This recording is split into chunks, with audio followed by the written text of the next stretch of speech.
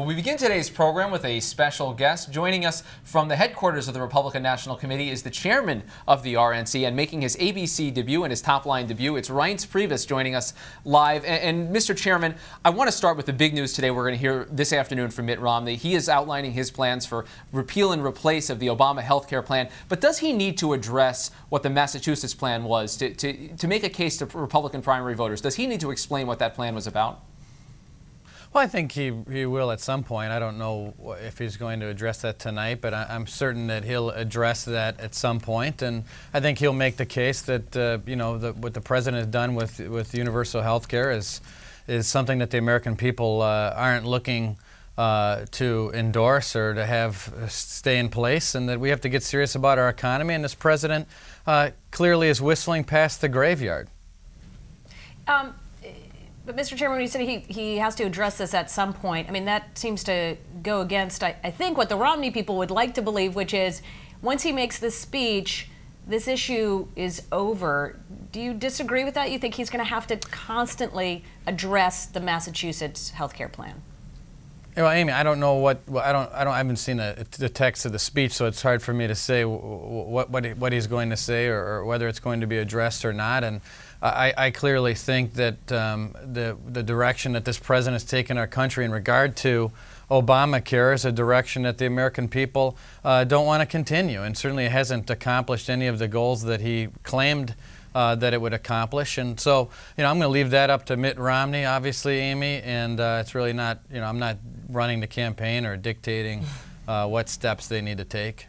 One last point on Romney, and then we'll move on to other issues in the broader field. But why is this such an issue for him? What are you hearing from activists, from folks involved in Republican politics that concerns them about Mitt Romney's positions on health care? Well, obviously, what I hear is that from our grassroots activists, and I think from even independents and people across the country, is that this president has taken our country completely off the rails economically. He's taken us off the rails in regard to health care. He's done nothing to address the deficit, the debt, jobs in this country. And the only thing this president's concerned with is addressing the fact that he wants to save his own job. And that seems to be what this president's good at. And so that's what I hear.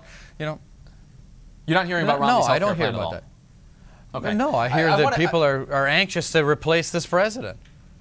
I want to move on to the broader 2012 field. We have heard a lot of Republicans say recently, gosh, there's some great candidates out there, but we want more choices. Now, if the field was set right now, if this was all we were going to get in terms of Republican candidates, would you be satisfied as Republican National Committee Chairman that there are ample choices in here that can make a good matchup against the president?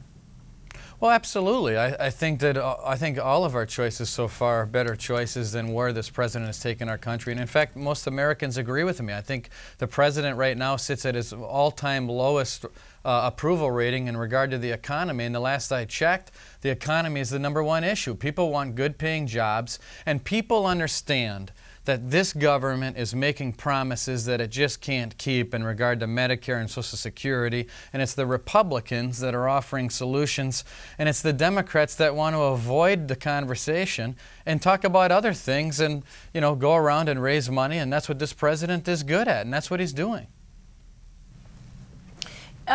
Well, let's talk about the Medicare issue for 1 second here, because obviously Democrats think they will be able to make political hay out of this. I mean, did you worry at all that the Ryan budget position is ultimately going to be the focal point of this campaign instead of what as you were talking about, the Obama campaign has been about, or the Obama presidency has been about on this issue?